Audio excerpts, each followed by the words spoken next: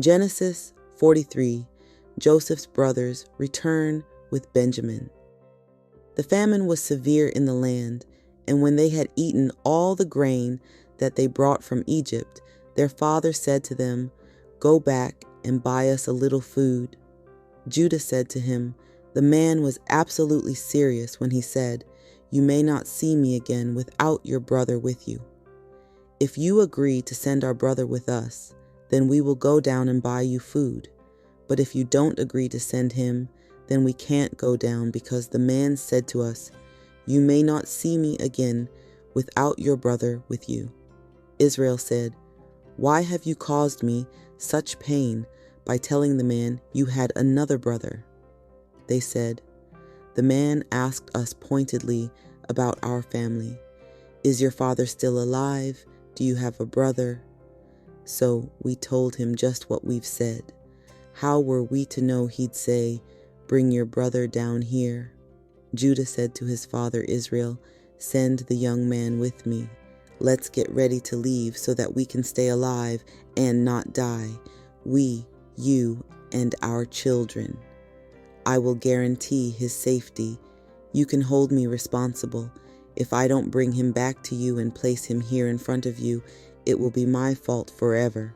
If we hadn't waited so long, we would have returned twice by now." Their father Israel said to them, "If it has to be, then do this. Take in your bags some of the land's choice produce and bring it down to the man as a gift: a little medicinal resin, a little honey, gum, resin, pistachios, and almonds. Take twice as much silver with you, and take back the silver returned in the top of your sacks. It might have been a mistake. And take your brother, get ready, and go back to the man. May God Almighty make the man compassionate toward you, so that he may send back your other brother and Benjamin with you. But me, if I'm left childless, then I'm left childless." So the men took this gift. They took twice as much silver with them, together with Benjamin. They left, traveled down to Egypt, and received an audience with Joseph.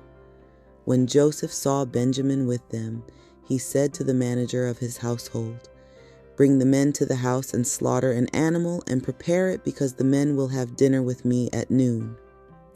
The man did as Joseph told him and brought the men to Joseph's house. When they were brought to Joseph's house, the men were frightened and said, "We've been brought here because of the silver put back in our sacks on our first trip, so he can overpower us, capture us, make slaves of us, and take our donkeys." They approached the man who was Joseph's household manager and spoke to him at the house's entrance. "Please, master, we came down the first time just to buy food. But when we stopped to spend the night and opened our sacks, there was the exact amount of each man's silver at the top of his sack. We've brought it back with us, and we've brought down with us additional silver to buy food. We don't know who put our silver in our sacks." He said, "You are fine. Don't be afraid. Your God and your father's God must have hidden a treasure in your sacks. I received your money." Then he brought Simeon out to them. The manager brought the men into Joseph's house and gave them water to wash their feet and feed for their donkeys. They prepared the gift, anticipating Joseph's arrival at noon, since they had heard that they would have a meal there. When Joseph came into the house, they presented him the gift they had brought with them into the house, and they bowed low in front of him.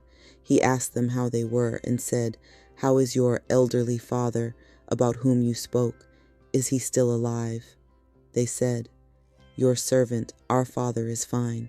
He's still alive." And they bowed down again with deep respect. Joseph looked up and saw his brother Benjamin, his own mother's son, and he said, "Is this your youngest brother whom you told me about? God be gracious to you, my son." Joseph's feelings for his brother were so strong he was about to weep, so he rushed to another room and wept there. He washed his face, came back, pulled himself together, and said, "Set out the dinner." So they set out his food by himself, their food by themselves, and the Egyptians who ate with him by themselves, because Egyptians don't allow themselves to eat with Hebrews. The Egyptians think it beneath their dignity. They were seated in front of him from the oldest to the youngest in their exact birth order, and the men looked at each other with amazement.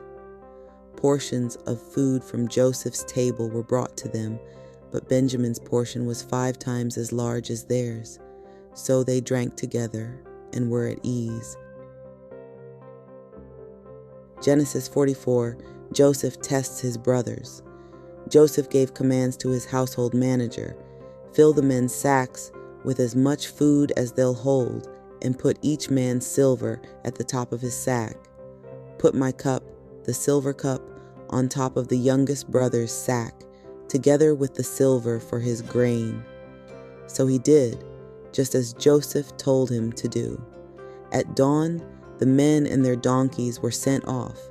They had left the city, but hadn't gone far, when Joseph said to his household manager, "Get ready, go after the men and catch up with them. Ask them, 'Why have you repaid hospitality with ingratitude? Isn't this the cup my master drinks from and uses to discover God's plans? What you've done is despicable.'" When he caught up to them, he repeated these words. They replied, "Why does my master talk to us like this? Your servants would never do such a thing.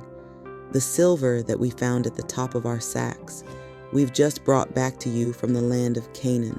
We didn't steal silver or gold from your master's house. Whoever of your servants is found with it will be put to death and will be my master's slaves." He said, "Fine, we'll do just as you've said. Whoever is found with it will be my slave, and the rest of you will go free."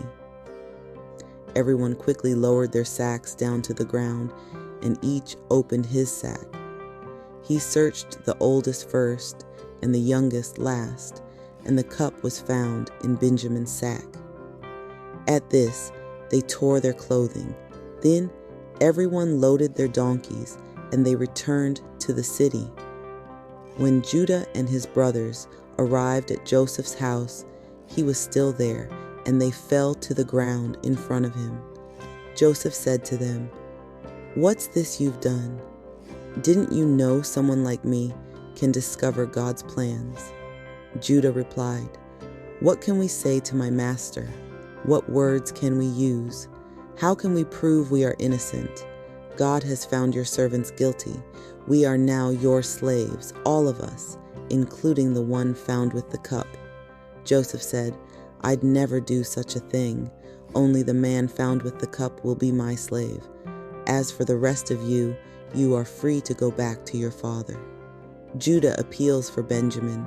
Judah approached him and said, "Please, my master, allow your servant to say something to my master without getting angry with your servant, since you are like Pharaoh himself." My master asked his servants, "Do you have a father or brother?" And we said to my master, "Yes, we have an elderly father and a young brother born when he was old. His brother is dead, and he's his mother's only child, but his father loves him. You told your servants, 'Bring him down to me so I can see him.' And we said to my master, 'The young man can't leave his father. If he leaves, his father will die.' You said to your servants, 'If your youngest brother doesn't come down with you, you'll never see my face again.' When we went back to my father, your servant, we told him what you said. Our father told us, 'Go back and buy for us a little food.' But we said, 'We can't go down. We will go down only if our youngest brother is with us. We won't be able to gain an audience with the man without our youngest brother with us.' Your servant, my father, said to us, 'You know that my wife gave birth to 2 sons for me. One disappeared, and I said, he must have been torn up by a wild animal, and I haven't seen him since. And if you take this one from me too, something terrible will happen to him, and you will send me, old as I am, to my grave in despair. When I now go back to your servant, my father, without the young man, whose life is so bound up with his, and when he sees that the young man isn't with us, he will die, and your servants will have sent our father, your servant, old as he is, to his grave in grief. I, your servant, guaranteed the young man's safety to my father, telling him, if I don't bring him back to you, it will be my fault forever. Now, please let your servant stay as your slave instead of the young man, so that he can go back with his brothers. How can I go back to my father without the young man? I couldn't bear to see how badly my father would be hurt.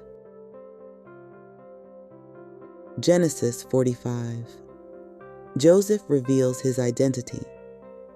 Joseph could no longer control himself in front of all his attendants, so he declared, "Everyone, leave now." So no one stayed with him when he revealed his identity to his brothers. He wept so loudly that the Egyptians and Pharaoh's household heard him. Joseph said to his brothers, "I'm Joseph. Is my father really still alive?" His brothers couldn't respond because they were terrified before him. Joseph said to his brothers, "Come closer to me." And they moved closer. He said, "I am your brother Joseph, the one you sold to Egypt. Now don't be upset and don't be angry with yourselves that you sold me here. Actually, God sent me before you to save lives. We've already had 2 years of famine in the land, and there are 5 years left without planting or harvesting. God sent me before you to make sure you'd survive and to rescue your lives in this amazing way. You didn't send me here. It was God who made me a father to Pharaoh, master of his entire household and ruler of the whole land of Egypt. Hurry, go back to your father. Tell him this is what your son Joseph says. God has made me master of all of Egypt. Come down to me. Don't delay. You may live in the land of Goshen, so you will be near me, your children, your grandchildren, your flocks, your herds, and everyone with you. I will support you there, so you, your household, and everyone with you won't starve, since the famine will still last 5 years. You and my brother Benjamin have seen with your own eyes that I'm speaking to you. Tell my father about my power in Egypt and about everything you've seen. Hurry and bring my father down here." He threw his arms around his brother Benjamin's neck and wept, and Benjamin wept on his shoulder. He kissed all of his brothers and wept, embracing them. After that, his brothers were finally able to talk to him. Joseph's brothers return for Jacob. When Pharaoh's household heard the message, "Joseph's brothers have arrived," both Pharaoh and his servants were pleased. Pharaoh said to Joseph, "Give your brothers these instructions. Load your pack animals and go back to the land of Canaan. Get your father and your households and come back to me. Let me provide you with good things from the land of Egypt, so that you may eat the land's best food." Give them these instructions too. Take wagons from the land of Egypt for your children and wives, and pick up your father and come back. Don't worry about your possessions, because you will have good things from the entire land of Egypt. So Israel's sons did that. Joseph gave them wagons as Pharaoh instructed, and he gave them provisions for the road. To all of them he gave a change of clothing, but to Benjamin he gave 300 pieces of silver and 5 changes of clothing. To his father he sent 10 male donkeys carrying goods from Egypt, 10 female donkeys carrying grain and bread, and rations for his father for the road. He sent his brothers off, and as they were leaving, he told them, "Don't be worried about the trip." So they left Egypt and returned to their father Jacob in the land of Canaan. They announced to him, "Joseph's still alive. He's actually ruler of all the land of Egypt. Jacob's heart nearly failed, and he didn't believe them. When they told him everything Joseph had said to them, and when he saw the wagons Joseph had sent to carry him, Jacob recovered. Then Israel said, "This is too much. My son Joseph is still alive. Let me go and see him before I die." Thank you, everybody, for joining us here today. Please come back tomorrow for another segment of our 365 Bible Reading Initiative. Please also be sure to like, comment, and definitely subscribe. Also hit the bell. That way you can receive the notifications for the premieres. We're going to premiere every single day. When I say every day, I mean every day. All 365 days, because no day doesn't count. Sunday counts, Saturday counts, Monday through Friday. It all counts. So please be sure to just join us here tomorrow. Same time, same location. Be sure to, like I said, subscribe and hit the bell so that you can receive the notifications. And also share this with somebody who you know could definitely benefit from hearing the word of God. I pray that this is transforming your life, and I pray that God is pricking your heart and speaking to you through his word. All right, y'all. Have a great evening.